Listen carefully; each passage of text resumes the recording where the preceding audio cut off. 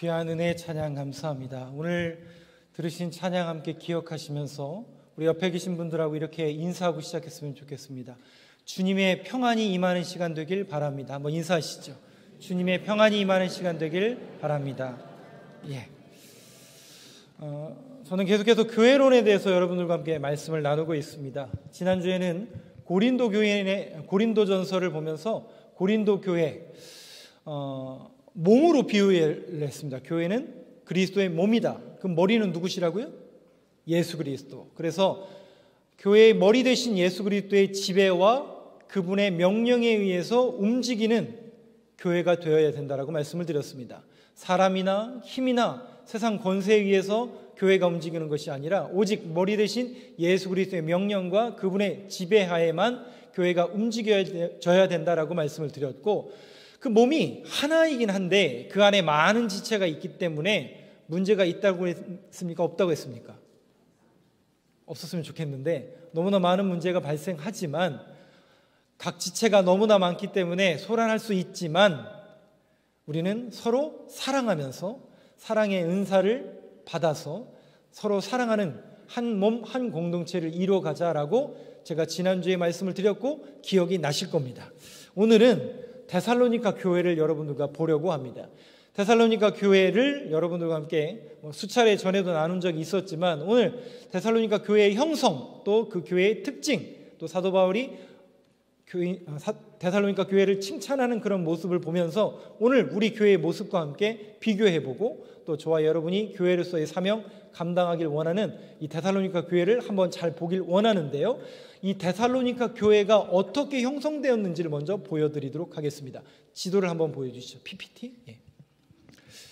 글씨가 조금 작아서 죄송해요. 한계가 있으니까요. 여러분 보이시는 왼쪽에, 오른쪽에 보면 하나 넘겨주시겠어요? 화살표가 이렇게 생길 텐데요. 지금 화살표가 글씨가 안 보이실 수 있는데 여기가 지금 안디옥이라고 쓰여져 있습니다. 뭐라고요? 안디옥. 많이 아시죠? 안디옥 교회. 초대교회에서 안디옥 교회가 그 전도를 위해서 사도 바울을 파송했던 그 교회가 안디옥 교회인데 공교롭게도 저 지역이 이번에 지진 났어요. 아세요? 이번에 투르키예하고 시리아에 지진이 났잖아요. 그 지점이 바로 여기예요. 그래서 이 초대교회가 굉장히 큰 손실을 봤습니다. 여러분 뉴스에서 보셨던 그 자리가 바로 이 자리예요. 국경이 여러분 보시기에 갈색으로 되어 있는 나라가 지금의 옛날에는 터키라고 불렀고 지금은 튀르키라고 부르거든요. 튀르키의 지역이고 밑에 이제 분홍색 지역이 시리아인데 그 국경선에 맞닥달해 있는데 그 지역에 지금 지진이 나서 많은 피해를 입었습니다.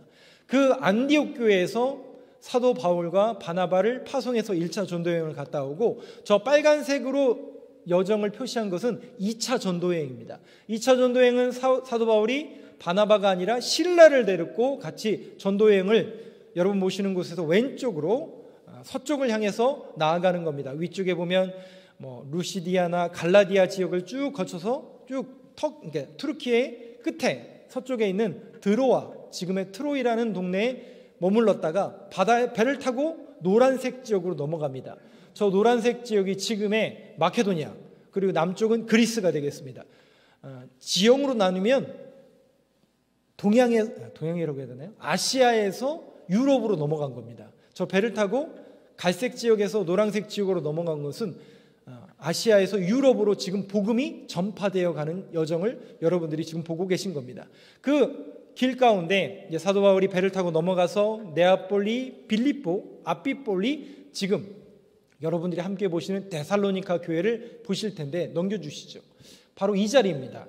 여러분들에게 표시해드린 저 데살로니카라는 지역인데 이 데살로니카라는 지역은 도시의 이름이기도 하지만 한 사람의 인물이기도 합니다. 알렉산더라는 사람을 아시나요? 이 전 지역을 다스렸던 그 알렉산더는 일찍 요절하고 말죠. 그래서 그 이후에 그의 신하들 4명이 그 지역을 분할 통치하게 됩니다. 특별히 알렉산더의 가장 절친이기도 하고 자기 가장 충성스러운 부하였던 카산드로스에게 저 지역을 맡기게 됩니다. 그리고 자기의 누이를 바로 그 카산드로스에게 시집을 보내죠. 그러니까 카산드로스는 친구이고 왕이었던 알렉산더의 누이와 결혼을 하게 된 겁니다. 너무나 사랑해서 하나의 도시를 헌정해 주는데 그게 데살로니카입니다. 그래서 카산드로스의 부인 이름이 데살로니카고 데살로니카의 이름을 따서 도시 지역이 되고 지금도 그렇게 지명이 불리우고 있는 지역이 바로 데살로니카입니다. 거기에 사도 바울이 복음을 전하러 간 거예요. 자, 그런 상황 속에서 사도행전 말씀을 한번 보여주시죠. 사도행전 17장 1절 말씀을 보면 한번 우리 같이 한번 읽어보겠습니다. 시작. 그들이 앞빗볼리와 아볼로니아로 다녀가 데살로니카에 이르니 거기 유대인의 회당이 있는지라. 여러분 17장 앞에는 몇 장이죠? 16장에는 무슨 이야기가 나오냐면 빌립보 교회에 대한 이야기가 나와요.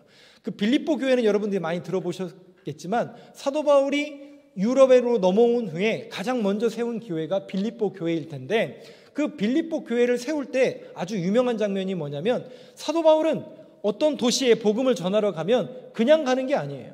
거기에 가면 꼭 어디를 들리냐면 여기 17장 1절에 있는 것처럼 회당이 꼭 들립니다. 왜 회당이 들리냐면 유대인들에게 먼저 복음을 전하기 위해서입니다. 그런데 빌립보서에 보면 회당이 있었나요? 없었나요? 없어요. 회당이 없다는 것은 유대인 남자 10명이 없다는 얘기거든요. 그 도시에 유대인이 거의 없다는 얘기입니다. 그래서 하는 수 없이 기도하는 기도처를 향해서 그 기도처가 어디였냐면 강변이었던 거예요. 강변에 기도하는 사람이 있나라고 해서 갔더니 놀랍게도 거기에 강변에서 일하고 그 자색 옷감 장사들이 일하면서 기도하는 모습을 보면서 아, 이들에게 복음을 전해야 되겠다라고 해서 선택된 여자가 누구예요? 루디아라는 여인입니다. 그 루디아라는 여인이 자색 옷감 장수였고 그 집에서 공장이었죠. 옷감 공장이었는데 그 공장에서 바로 교회가 돼서 빌립보 교회가 탄생했던 것을 볼 수 있습니다. 거기에는 유대인 남자가 없었어요. 그런데 오늘 데살로니가전서 사도행전 17장 1절에 보면 데살로니카 지역에 방문했더니 거기에는 유대인의 회당이 있을 만큼 유대인들이 많았던 거예요. 그것을 의미하고 있습니다. 넘겨주시죠. 2절 말씀 같이 읽겠습니다. 시작. 바울이 자기의 관례대로 그들에게로 들어가서 새 안식일에 성경을 가지고 강론하며, 여기 바울이 자기의 관례대로, 그러니까 한 도시의 이름을 어떻게 한다고요? 꼭 회당에 들어갔던 겁니다. 그 회당에 들어가서 그들에게로 들어가서 새 안식일, 여러분 이 단어를 주목하세요. 새 안식일. 안식일이 몇 번이요? 3번이요. 그럼 3번이면 며칠이죠? 예, 3주니까 21일입니다. 그 21일 동안 성경을 가지고 복음을 전한 거예요. 그랬더니 놀랍게도 복음을 받는 사람들이 생긴 거예요. 근데 문제는 뭐냐? 복음을 받는 사람들은 생겼는데 유대인들이 이때부터 사도 바울을 이제 내쫓기 시작하는 겁니다. 왜냐하면 그 사람들은 예수를 그리스도로 고백하지 않기 때문에 너 여기서 이제 복음 전하지 말고 나가라. 그래서 사도 바울은 결국 쫓겨나게 되고 베레아라는 지역까지 쫓겨가는데, 아니 거기까지 유대인들이 쫓아와가지고 복음을 못 전하게 하니까 하는 수 없이 사도 바울은 멀리 도망갈 수밖에 없었습니다. 지도를 한번 보여주시겠습니까? 예. 그래서 저 데살로니카라는 지역에서 보면 빨간색으로 육지를 향해서 걸어 내려오는 게 아니라 바다를 향해서 쭉 내려오죠. 어디까지 가냐면 아덴이라는 곳에 가요. 아덴은 지금의 아테네입니다. 그리스의 수도죠. 그 아테네에 가서 복음을 전하다가 거기서도 전하는 사람이 없자 고린도라는 지역에 머물게 됩니다. 여러분 고린도 전서 잘 아시죠? 그 고린도에 갔더니 하나님께서 예비하신 두 사람이 있었죠. 브리스길라와 아굴라를 만나게 되고 그들과 함께 고린도 교회를 세워 1년 6개월 동안 거기에서 유하며 복음과 사역자들을 세우는 역할을 이 고린도에서 하게 됩니다. 그때 이 고린도에서 복음을 열심히 전할 때 누가 오게 되냐면, 아까 데살로니카에서 쫓겨왔다고 그랬잖아요. 그 쫓겨올 때 누구를 거기다 놓고 오냐면 자기의 제자인 디모데와 실라를 두고 와요. 그래서 실라는 빌립보 교회를 관찰하게 하고 디모데는 데살로니카 교회를 관찰하게 하고 자기는 이렇게 도망온 거예요. 2달 정도 시간이 지났는데 이 실라와 디모데가 고린도에 머물고 있고 복음을 전하고 있는 사도 바울에게 온 겁니다. 그 내용이 사도행전 18장에 등장합니다. 보여주시죠. 5절 말씀인데 한번 같이 읽겠습니다. 시작. 실라와 디모데가 마게도냐로부터 내려오매 바울이 하나님의 말씀에 붙잡혀 유대인들에게 예수는 그리스도라 밝히 증언하니. 여기 보시는 것처럼 실라와 디모데가 2달 만에 거기에서 내려온 거예요. 그러면 여러분 한번 생각해 보세요. 사도 바울은 지금 어떻게 보면 복음을 전하다가 도망와서 고린도에서 복음을 전하지만 마케도냐나 빌립보 교회가 서간다는 얘기를 들었을까요? 못 들었을까요? 너무 궁금한 거죠. 교회에서 교회를 세우고 복음을 전하긴 했는데 과연 빌립보 교회, 데살로니가 교회, 베레아 교회가 유대인들로부터 박해를 당하면 어떡하지? 교인들이 예수를 포기하면 어떡하지? 교회가 무너지면 어떡하지? 전전긍긍하고 궁금해하고 있을 때 실라와 디모데가 내려온 거예요. 그러면서 놀라운 소식을 전해주니까 교회가 서간다는 거예요. 근데 여러분 아까 제가 데살로니가 교회는 며칠 동안 복음을 전했다고요? 새 안식일 3주밖에 복음을 전하지 않았는데 놀랍게도 데살로니가 교회가 든든히 서간다는 소식을 딱 들으니까 18장 5절 다시 한번 보여주시겠어요? 사도 바울이 어떻게 되는지 한번 보세요. 바울이 하나님의 말씀에 붙잡혀. 이 붙잡히다라는 뜻이 무슨 뜻이냐면요, 하나님의 말씀이 둘러치다라는 거예요. 즉 3주밖에 데살로니가 교회에 복음을 전하지 않고 결국은 쫓겨나서 도망와서 이렇게 왔는데 놀랍게도 거기에 복음의 열매가 떨어지니까 그것이 심겨지고 싹을 맺는 거예요. 열매가 나타나는 거예요. 그러면서 디모데가 보고하기를 바울 선생님 놀라운 하나님의 은혜입니다. 3주밖에 복음은 전하지 않았는데 믿는 사람이 그 안에 생겼고 데살로니가 교회가 서가고 있습니다. 그때 사도 바울이 말씀을 붙잡는 거예요. 아, 정말 하나님의 말씀은 살아있구나. 이 하나님의 말씀에는 능력이 있고 검과 같아서 우리의 심령과 골수를 쪼개고 생명이 있구나. 그 사실이 믿어지니까요, 말씀에 붙잡히는 거예요. 그러니까 확신을 가지고 이제 고린도 교인들에게 복음을 전했다라고 사도행전 18장 5절에 써져 있습니다. 사도 바울은 너무나 감사한 거죠. 와, 빌립보 교회, 데살로니가 교회, 정말 하나님은 살아계시고 하나님은 말씀과 교회를 통해서 역사하시는구나라는 것을 깨닫고 나니까 내가 이 데살로니가 교회인들을 조금 격려해야 되겠다. 왜냐하면 계속 유대인들로부터 박해가 시작되고 있었거든요. 교회는 서가지만 박해는 계속 이어지고 있었거든요. 이 유대인들에게 탄압을 받고 있는, 박해를 받고 있는 데살로니가 교인들에게 내가 이들을 좀 격려해야 되겠다라고 해서 편지를 씁니다. 그 편지가 저와 여러분이 보고 계시는 데살로니가 전서예요. 그러니까 데살로니가 전서의 주된 내용은 뭐라고요? 지금 박해 가운데 있는 데살로니가 교인들에게 격려하고 칭찬하기 위해서 편지를 쓴 겁니다. 그거를 디모데의 손에 붙여서 디모데야, 네가 다시 한번 수고해야겠다. 저기 데살로니가 교회에 이 편지를 가지고 가라 해서 써진 편지가 데살로니가 전서 1장입니다. 그 1장 1절은 당연히 그 데살로니가 교인들을 칭찬하고 격려하는 인사말이겠죠. 그 내용 한번 다시 보여주시죠. 넘겨주시면 1장 1절의 말씀인데요, 한번 같이 읽겠습니다. 시작. 바울과 실루아노와 디모데는 하나님 아버지와 주 예수 그리스도 안에 있는 데살로니가인의 교회에 편지하노니 은혜와 평강이 너희에게 있을지어다. 아멘. 데살로니가 교인에 편지하노니, 맨 마지막에 뭐라고 인사하고 있어요? 은혜와 평강이 너희에게 있을지어다. 예. 데살로니가 교회의 부탁이고 명령이고 인사이기도 한 은혜와 평강이 너희에게 있을지어다. 여러분, 이 말씀은 데살로니가 교회에만 해당하는 말씀이 아니라 오늘 이 시대의 모든 교회에도 해당되는 말씀인 줄로 믿습니다. 그런 의미에서 우리 옆에 분들하고 요 말씀 요대로 같이 인사했으면 좋겠습니다. 성도님께 은혜와 평강이 있기를 바랍니다. 한번 인사하시죠. 성도님께 은혜와 평강이 있기를 바랍니다. 이것은 제가 개인적으로 시켜서 여러분들은 하시고 계시지만 성경에 나와 있는 이야기입니다. 은혜와 평강이 너희에게 있을지어다. 바로 우리 교회 또 여러분들의 삶 속에 늘 하나님의 은혜와 평강이 주어지길 간절히 소망합니다. 그런데 이 은혜와 평강이라는 단어가 우리는 너무나 교회에서 상투적으로 쓰죠. 너무나 쉽게 쓰는 말이죠. 여기 은혜와 평강 모르는 분들 없을 거예요. 그런데 저는 여러분들에게 오늘 이 시간에 성경적으로 은혜가 뭐고 평강이 뭔지를 성경적인 원리에서 조금 더 말씀을 드리도록 하겠습니다. 먼저 은혜라는 단어는 성경에 뭐라고 늘 기록이 되냐면 값없이 주시는 선물이다라고 써져 있습니다. 그래서 은혜라는 단어의 원문을 찾아보면 뭐라고 써져 있냐면 세 글자예요. 카리스. 뭐라고요? 거기다가 말을 붙이면 어떻게 돼요? 네. 여러분들이 아시는 그 카리스마라는 단어는 보통 뭐예요? 좀 카리스마 있다라고 하는 그거하고 이 은혜랑 전혀 이렇게 매치가 안 되지만 이게 바뀐 거예요. 잘못 쓰고 있는 단어 중에 하나입니다. 카리스마는 어떤 사람의 성격이나 성품을 말하는 원래는 단어가 아니라 은혜라는 단어에서 출발한 겁니다. 그 은혜는 하나님의 선물이다. 자, 그런데 우리 이 은혜라는 단어의 어원 속에서 담겨지는 그 중요한 두 가지 하나님의 원리와 뜻이 있습니다. 첫 번째는 하나님이 우리를 향한 선한 뜻이 은혜라는 단어 속에 담겨져 있습니다. 두 번째는요, 자격 없는 인간을 향한 하나님의 사랑, 이런 뜻이 은혜라는 단어 속에 담겨져 있습니다.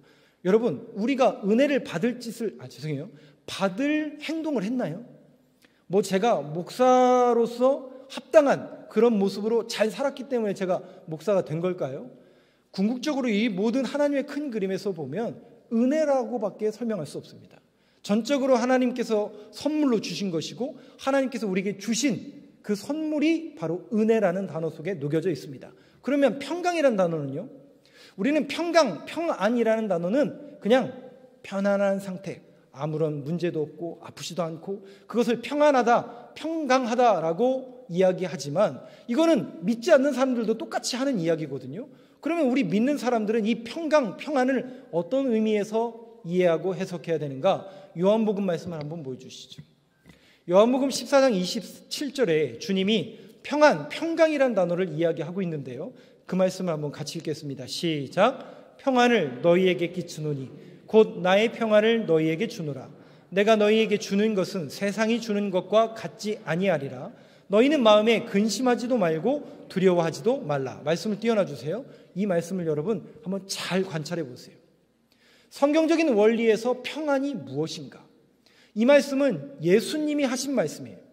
예수님이 지금 제자들에게 평안이 무엇인지 말씀하신 거예요. 그런데 이 말씀을 하시고 나서 예수님은 어디로 가세요?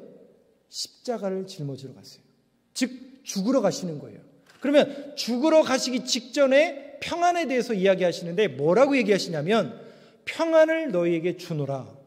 곧 나의 평안을 너희에게 주는데 우리가 알고 있는 그 평안이 아니라 주님의 평안을 주는데 내가 너희에게 주는 평안은 세상이 주는 것과 같지 아니하리라. 주님 이게 어떤 평안을 말하시는 거죠? 그러면서 뭐라고 말씀하시냐면 너희는 마음에 근심하지도 말고 두려워하지도 말라.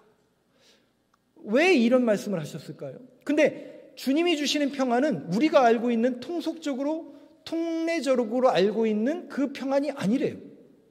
그러면 이 주님이 주시는 평안은 지금 이 대화 속에서 제자들은 지금 마음이 어때요? 근심하고 있고 두려워하고 있다고요. 왜냐하면 주님이 죽으러 가신다고 하니까. 그리고 실질적으로 십자가에 못 박혀 죽으시니까. 그러면 이 평안은 예수님의 뭐를 걸고 지금 평안을 주신다는 거예요. 예수님의 대속의 죽음을 걸고 평안을 주시는 거예요. 즉 예수님의 죽음이 여러분들에게 어떤 의미가 있으세요? 여러분들 예수님을 왜 믿으세요? 라고 물어보면 그냥 그거 목사님이 가르쳐 주셔야 되는 거 아닙니까? 그런 표정들이시는데 우리가 왜 예수를 믿어야 되는지가 바로 여기에 나오는 겁니다. 예수님의 죽음이 그러면 우리에게 어떤 의미가 있는가? 그 죽음이 결국 우리에게 평안을 가져다 줬다는 거예요. 그러면 그 죽음이 어떤 평안을 준 거죠? 바로 예수 그리스도의 대속의 죽음이 하나님과 우리와의 관계가 회복되게 된 거예요. 다시요, 우리는 죄송하지만 아무리 착하게 살고 아무리 독립적으로 살고 아무리 세상에 많은 칭찬을 받는다 할지라도 하나님을 죽었다 깨어나도 만날 수가 없어요. 하나님을 만날 수 있는 근거는 구약 성경에 죄를 사함받아야 돼. 근데 그 죄사함의 통로를 예수 그리스도께서 죽으심으로 인해서 열어주신 거예요. 그래서 예수 그리스도를 믿고 의지한다는 건 뭐냐면 그분의 죽음을 내가 믿는 거예요. 그분의 죽음으로 인해서 내 죄가 씻겨짐을 믿는 거예요. 그러므로 인해서 우리는 하나님께 나아가는 길이 열리게 됐고 하나님을 만나게 되는 거예요. 성경에서는요, 이것을 평안이라고 이야기합니다. 즉 하나님과 우리가 만나게 된 것을 평안이라고 이야기합니다. 왜 그런지 여러분 보세요. 교회는 왜 이렇게 죄에 대해서 이야기할까? 저도 처음에는 이해가 되지 않았어요. 그래서 어떤 분이 그런 얘기를 하시더라고요. 아니, 아담은 뭔 그렇게 큰 죄를 져서 사과 하나 잘못 따먹은 게 뭐 그렇게 큰 죄라고 아담을 맨날 욕합니까? 교회는. 여러분 정말 그런가요? 정말 그런가요? 근데 여러분 한번 제 얘기를 한번 잘 들어보세요. 세상 사람들 또 신앙이 얕은 분들은 죄라는 것을 어떻게 생각하냐면 도덕적으로 윤리적으로 문제 있는 것을 죄라고 생각해요. 살인하지 말라, 간음하지 말라, 도둑질하지 말라. 보통 이런 정도를 죄를 짓는다고 생각을 해요. 사회 통념적으로 윤리적으로 도덕적으로 문제 있는 것을 죄라고 생각합니다. 그런데 성경적인 원리에서도 그게 죄가 맞지만 그거는 죄의 증상이에요. 다시요. 그런 것들은 죄의 증상이라고요. 그런데 첫째인 아담이 죄가 그 안에 들어오고 죄를 범함으로 인해서 뭐가 문제가 생긴 거예요? 하나님과 우리와의 관계가 끊어진 거예요. 다시요. 죄가 우리 안에 들어옴으로 인해서 사과 하나 깨물어 먹은 게 뭐 그리 잘못됐냐? 이게 아니라 하나님과 우리와의 관계가 끊어진 거예요. 그 끊어짐을 가운데 멀어지고 끊어지니까 끊어진 증상이 뭐예요? 그게 살인이고 간음이고 도적질로 나타나는 겁니다. 그러면 이 끊어진 관계를 회복하길 원하는 하나님의 구원의 계획이 어디에 써져 있는 거예요? 그게 성경에 기록된 겁니다. 여러분들이 창세기부터 요한계시록까지 전부 그 내용이에요. 그래서 그 내용을 여러분들이 기억하시고 성경을 보면 아, 그래서 예수를 믿어야 되는구나. 아, 그래서 우리가 아브라함이 그렇게 믿음의 조상이라고 하는구나. 이것을 이해가 된다는 거죠. 이것을 신학적으로 구속가적으로 해석한다고 하는 거죠. 마찬가지로 그 끊어진 관계를 회복하기 위한 하나님의 구원의 계획 가운데 예수 그리스도가 이 땅에 오신 것이고 그 예수 그리스도를 믿음으로 인해서 그분이 주시는 평안, 곧 하나님과 우리와의 관계가 회복되는 그 만남을 성경은 평안이라고 합니다. 사랑하는 성도 여러분, 우리 교회가 그 예수 그리스도의 은혜와 평강이 임하는 교회가 되길 간절히 소망합니다. 이게 여러분 교회론적으로 굉장히 중요해요. 왜 그런지 보세요. 왜 우리가 교회론적으로 전도해야 될까요? 제가 지금 말씀드렸잖아요. 끊어진 관계를 회복하기 위함이에요. 그런데 저와 여러분들은 예수를 믿게 됐어요.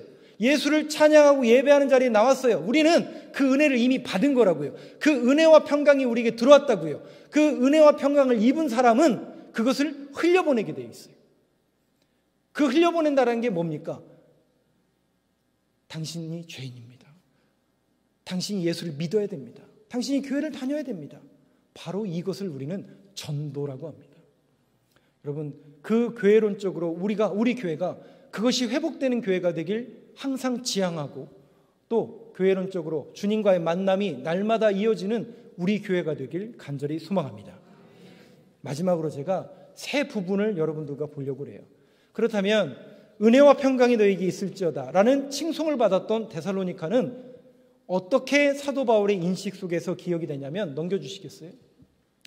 데살로니가전서 1장 2절에 보면 우리가 너희 모두로 말미암아, 그러니까 데살로니가 교회를 향해서 기억할 때마다 너희 모두로 말미암아 항상 하나님께 감사하며 기도할 때에 너희를 기억함은, 그러니까 사도 바울이 데살로니가 교회를 기억할 때마다 하나님 앞에 항상 감사한대요. 이유가 뭐냐면 3절 말씀을 보여주세요. 같이 읽겠습니다. 시작. 너희의 믿음의 역사와 사랑의 수고와 우리 주 예수 그리스도에 대한 소망의 인내를 우리 하나님 아버지 앞에서 끊임없이 기억함이니. 여기 보니까 끊임없이 기억한대요. 누가요? 사도 바울이. 데살로니가 교회를 끊임없이 기억하는 이유가 세 가지를 들었어요. 믿음의 역사, 사랑의 수고, 소망의 인내.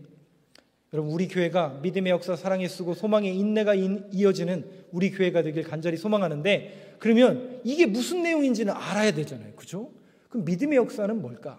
여러분들에게 또 질문하면 대답을 안 하실 걸 알기 때문에 믿음의 역사라고 그랬어요. 그럼 믿음의 역사하면 우리가 보통 통속적으로 믿음이 되게 열심히 있었구나. 그래서 하나님의 놀라운 역사가 있었구나. 네, 그거 맞아요. 그런데 조금 더 원리적으로 성경적으로 믿음이 뭘까를 여러분들이 주지했으면 좋겠습니다. 한번 보여주시죠. 에베소서 2장 8절 말씀. 적어도 이 자리에 계신 저와 여러분 모두는 이 말씀 정도는 꼭 마음에 새겼으면 좋겠습니다. 여러분들이 신앙생활하면서 믿음이 뭘까? 그러면 자동 반사적으로 나와야 되는 구절이 에베소서 2장 8절이에요. 그 말씀 한번 같이 읽어보겠습니다. 시작. 너희는 그 은혜에 의하여 믿음으로 말미암아 구원을 받았으니 이것은 너희에게서 난 것이 아니요 하나님의 뭐라고요? 네, 여기에 우리의 행위, 우리의 노력이 전혀 개입되지 않고 믿음이란 오직 하나님의 선물이래요. 그런데 하나님의 선물이 믿음이라면 역사는 뭐예요? 믿음의 역사라고 했잖아요. 그럼 역사는 누구의 역사예요?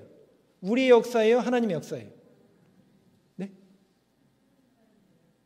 그러면 곤란한데요? 왜냐하면 믿음도 하나님이 우리에게 주시는 거고 역사도 하나님의 역사면 그럼 우리는 뭐 하는 거예요? 여러분 하나님 안 믿는 거예요? 우리가 믿는 건 뭐죠 도대체? 우리는 근데 여러분 이 말씀을 여러분들이 잘 이해하시기 바랍니다. 야고보서 말씀을 한번 보여주시죠. 야고보서 2장 17절 말씀인데요. 우리 너무나 잘 아시는 말씀이죠. 한번 같이 한번 읽어보겠습니다. 시작.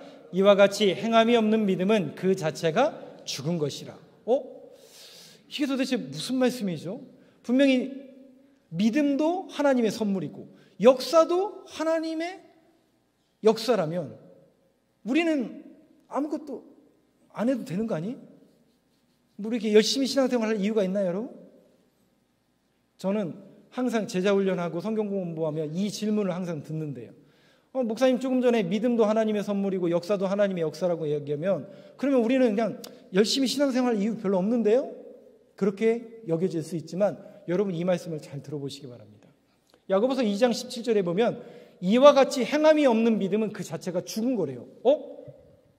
목사님이 조금 전에 한 얘기랑 너무 다른 거 아닙니까? 행함이 조건인데요. 행함이 있으니까 믿음이 있는 거 아닙니까? 행해야만 믿음이 있는 거 아닙니까? 저 말씀 그대로 본다면 행해야만 믿음이 있는 것처럼 보이는데요. 그런데 이 말씀이 우리나라 말로 번역이 되다 보니까 약간 문장적으로 거시기해요. 죄송하지만. 그래서 원문에 따른 해석은 행함이라는 단어를 뭘로 바꿔야 되냐면 순종으로 바꿔야 됩니다. 그래서 순종으로 바꾸면 이렇게 되는 거예요. 이와 같이 순종이 없는 믿음은 그 자체가 죽은 것이라. 자, 그런데 그래도 이해가 되지 않죠. 결국은 내가 순종하는 거고 내가 믿는 거고 내가 신앙생활하는 거고 내가 찬양하는 거고 내가 내 발로 예배드리는 거 아닙니까? 틀린 말 아니에요. 근데 여러분 잘 기억하세요. 믿음이 하나님의 선물이고 역사가 하나님의 역사라면 그 믿음이 정말 저와 여러분들에게 온전하게 하나님으로부터 온 참된 믿음이 맞다면 그 믿음을 받은 사람은 어떻게 행동할까요? 그걸 우리는 순종이라고 합니다. 다시요. 여러분에게 주신 그 하나님의 믿음이 확실하고 하나님의 선물이 정말 맞다면 그걸 받은 사람은 가만히 있을 수가 없다는 얘기를 지금 야고보서 기자는 이렇게 하는 거예요. 그 믿음이 참되니까 순종으로 나아가는 거예요. 행함이 조건이 아니라고요. 순종이 조건이 아니라고요. 내가 얼만큼 했기 때문에 내게 믿음이 이만큼 있는 게 아니라고요, 여러분. 그 믿음이 참되기 때문에 우리는 반응할 수밖에 없어요. 그래서 주님이 뭐라고 얘기하셨냐면 열매를 보면 알리라라고 했어요. 우리가 믿음이 없는지 몰라요. 죄송하지만 우리가 하나님 앞에 또 예배 드릴 때 굉장히 거룩하고 경건한 모습 굉장히 중요합니다. 근데 주님이 뭐라고 얘기하시냐면 바리새인들을 지적해요. 오히려 그렇게 경건하게 예배를 드리는 사람들을 예수님은 계속 책망합니다. 그런데 뭐라고 얘기하신 줄 아세요? 마음이 떠나갔다. 예배는 드리고 있고 기도는 하고 있고 금식은 하고 있는데 형식만 살아있고 마음은 떠나갔다. 열매가 없다라고 얘기하세요. 여러분들에게 주신 믿음이 확실한 것이고 하나님께로부터 온 것이 100% 확신이 되면 우리는 뭐 할 수밖에 없냐면요, 순종할 수밖에 없다는 얘기가 야고보서 2장 17절에 있는 행함이 없는 믿음은 죽은 믿음이라는 얘기예요. 또 볼까요? 22절 말씀. 순종으로 바꿔서 제가 읽어드리겠습니다. 내가 보거니와 믿음이, 그 믿음이 확실한 하나님으로부터 온 믿음이라면 그의 순종과 함께 일한다는 거예요. 그러니까 믿음 이꼴 믿음이 확실하면 순종은 나올 수밖에 없다라는 거예요. 그래서 순종으로 믿음이 온전하게 되느니라. 여러분, 이 사실을 분명히 기억할 수 있는 저와 여러분이 되길 간절히 소망합니다. 그 믿음의 역사가 아니고서는요, 데살로니카를 설명할 방법이 없어요. 죄송하지만 그 교회에 뭐 엄청난 믿음이 있는 사람이 생겼다, 엄청난 뭐 은혜를 받은 사람이 생겼다, 이런 걸로 얘기가 되지 않는다고요. 그 믿음이 정확하게 하나님의 믿음이니까 그 믿음이 그곳에 임하게 되고 거기에 하나님의 역사가 임하게 되니까 데살로니카 교회가 그 박해 속에서도 살아가고 버틸 수 있게 된 거예요. 그런데 이 맥락 속에서 잘 보시면 그 믿음은 하나님이 우리에게 주신 것이고, 그 하나님이 우리에게 주신 그 믿음이 우리에게 어떻게 주어진 거냐면 선물로 주어진 거라고 그랬어요. 그 선물은 하나님이 우리를 사랑하셔서 주신 거예요. 그래서 그 믿음을 받은 사람은 하나님이 나를 사랑하시는구나 라는 것을 깨닫게 돼요. 그래서 우리는 순종으로 반응하며 나도 하나님을 사랑합니다라고 하나님 앞에 고백을 할 수밖에 없습니다. 그래서 사랑과 사랑의 관계가 이어지는 거예요. 그 사랑과 사랑의 관계가 이어지니까 그 이어진 관계가 계속 지속되는 것을 믿음의 역사와 사랑의 수고라고 이야기하는 겁니다. 그런데 인간의 유한한 몸을 입고 있는 우리들의 이 유한함은 언제나 한계가 있어요. 그 사랑이 항상 충만하시던가요? 여러분, 그 주님을 향한 사랑이 맨날 좋으시죠? 아멘 하시는 분 아무도 없지만 쉽지 않아요. 그것을 지켜간다는 게 쉽지 않아요. 그래서 성경은 뭘 얘기하냐면 성령을 받아야 된다고 이야기합니다. 목사님, 결국은 성령 받아야 되는 그 얘기 하시려고 한 거 아닙니까? 저도 어렸을 때는 성령을 왜 받아야 되는지 잘 몰랐어요. 그리고 큰 성령 받으면 큰일 나는 줄 알았어요. 왜냐하면 목사 되고 선교사 돼야 되는 줄 알아서 성령은 작은 것만 주세요라고 저는 늘 기도했었는데, 성령을 받아야 되는 이유를 제가 말씀을 드릴게요. 넘겨주세요, 말씀을. 로마서 5장 5절의 말씀 한번 같이 읽겠습니다. 시작. 소망이 우리를 부끄럽게 하지 아니함은 우리에게 주신 성령으로 말미암아 하나님의 사랑이 우리 마음에 부은 바 됨이니. 저도 이 말씀을 여러분들한테 소개하면서 문장 그대로 보면 조금 이해하기가 어려워서 우리말 성경을 보여드리도록 하겠습니다. 같이 한번 읽어보겠습니다. 시작. 이 소망은 우리를 낙심시키지 않습니다. 하나님께서 우리에게 주신 성령으로 인해 그분의 사랑을 우리의 마음에 부어주셨기 때문입니다. 즉 주님의 성령이 우리에게 날마다 임해야 그 사랑이 식지 않는 거예요. 주님을 향한 그 사랑의 수고가 한계가 있고 유한하기 때문에 힘이 들지만, 성령 받은 사람은 그것을 원동력으로 삼아서 더 주님을 계속 사랑할 수 있는 그런 믿음의 고백과 지체가 된다는 것이죠. 그런데 사도 바울이 여기까지만 얘기한 게 아니라 믿음의 역사, 사랑의 수고, 마지막에 뭐예요? 소망의 인내를 얘기했어요. 인내가 뭡니까, 여러분? 인내는 원문에 가까운 번역은 뭐냐면 버티는 거예요. 버티는 거예요. 제가 좋아하는 이찬수 목사님 설교 중에 버텨야 산다 시리즈가 있거든요. 그거예요. 신앙인으로서 버텨내는 겁니다. 그렇습니다. 주님이 내게 주신 그 믿음은 참된 믿음입니다. 그리고 그 주님이 주신 믿음이 나를 사랑하셔서 주신 것이니 나도 주님을 사랑하며 주님의 말씀에 순종하는 인생을 살아가게 하여 주옵소서. 믿음의 역사, 사랑의 수고. 그리고 그 사랑이 변질되지 않도록 새롭게 시작된 이 한 주간의 삶 속에서도 버틸 수 있는 용기와 믿음을 저에게 허락해 주옵소서. 오늘 그 결단과 그 결심이 이루어지는 저와 여러분이 되는 이 시간이 되길 간절히 소망합니다. 새롭게 시작된 한 주간의 삶 속에서도 믿음의 주여 온전케 하시는 인 예수님만 바라보며 묵묵히 소망의 인내를 붙드는 저와 여러분들의 모습이 되길 간절히 소망합니다. 기도하겠습니다.